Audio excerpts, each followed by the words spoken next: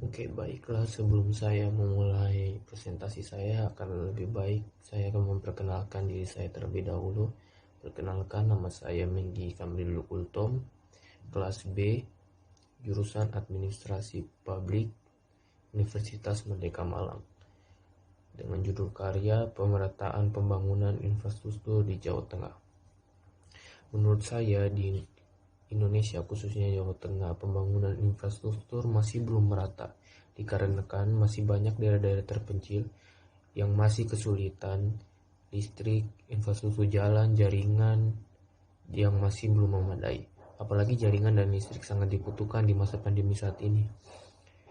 Karena metode pembayaran saat ini itu bersifat online.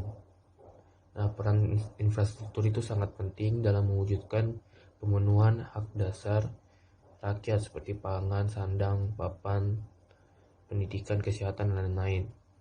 Selain itu, infrastruktur juga merupakan modal sosial masyarakat yang memegang peranan penting dalam mendukung pertumbuhan ekonomi nasional dan daya saing global.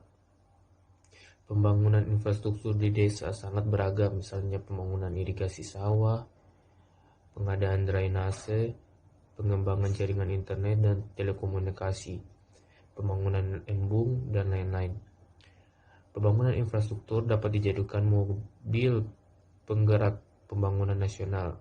Keberadaan infrastruktur yang memadai akan berkontribusi pada kelancaran produksi maupun distribusi dan jasa yang dapat meningkatkan pertumbuhan ekonomi negara dan meningkatkan pemerataan ekonomi di wilayah-wilayah.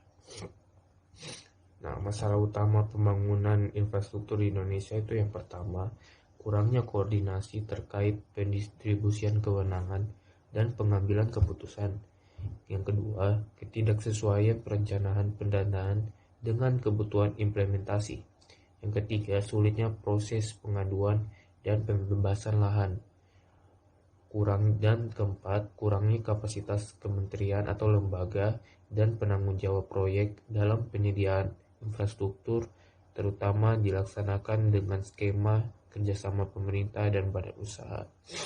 Yang kelima itu karena lambatnya proses penyusunan peraturan dan keberadaan peraturan yang tumpang tindih sehingga menghambat investasi. Nah, jadi saran saya, diharapkan pemerintah Jawa Tengah harus lebih berperan dalam meningkatkan partisipasi masyarakat dalam pembangunan infrastruktur. Pentingnya dalam perekonomian daerah itu seperti mungkin produk itu lokal itu lebih dikembangkan. Itu adalah ukuran daya saing suatu kegiatan, kemampuan suatu negara atau daerah untuk memasarkan produknya. Oke, sekian, terima kasih.